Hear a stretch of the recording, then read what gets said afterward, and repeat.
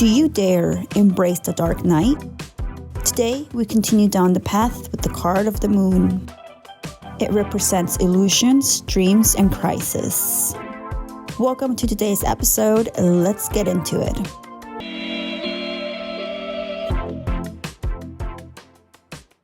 In the previous episode, we discussed the card of the star. It represents hope, guidance, and inspiration. You can go check out this episode if you haven't done so yet, or if you need a refresher before diving into today's episode. Today, we continue down the path with the moon card. It's marked as a number 18 in the tarot deck. It represents illusions, dreams, and crisis. The moon card is the dark night of the soul, a lonely time when there is little light from the moon to guide us. The moon card represents a crisis of faith and a period of emotional vulnerability.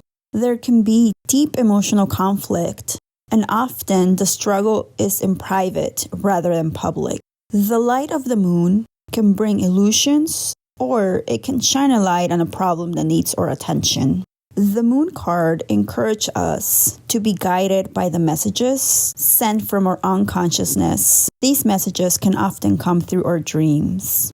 When the moon card shows up for us, it is an invitation to make decisions through our senses and intuition, rather than with our logic, and to dive deep and examine the real cause of our unrest. When we analyze the moon card, we can see two towers in the distance.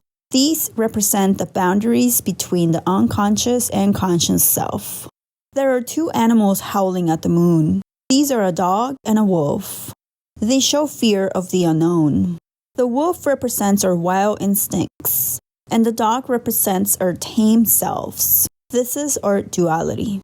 The sun-moon gazes from above. The moon is the subconscious aspect that affects how we behave on the solar world. The moon dominates the sleeping sun.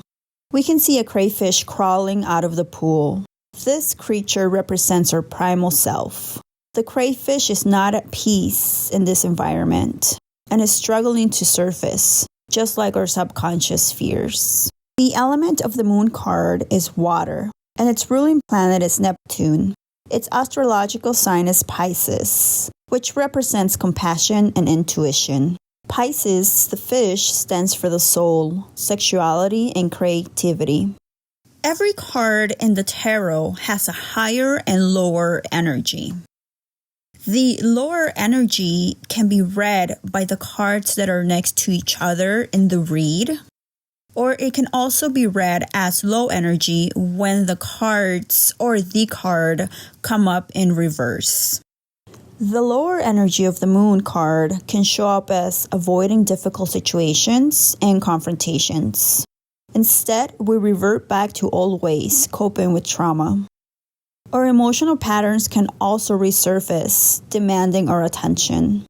In conclusion, when the moon card comes up for us, it is an invitation to make a decision, just like the crayfish, and resolve the conflict between staying safe in a place we know or exploring the unknown.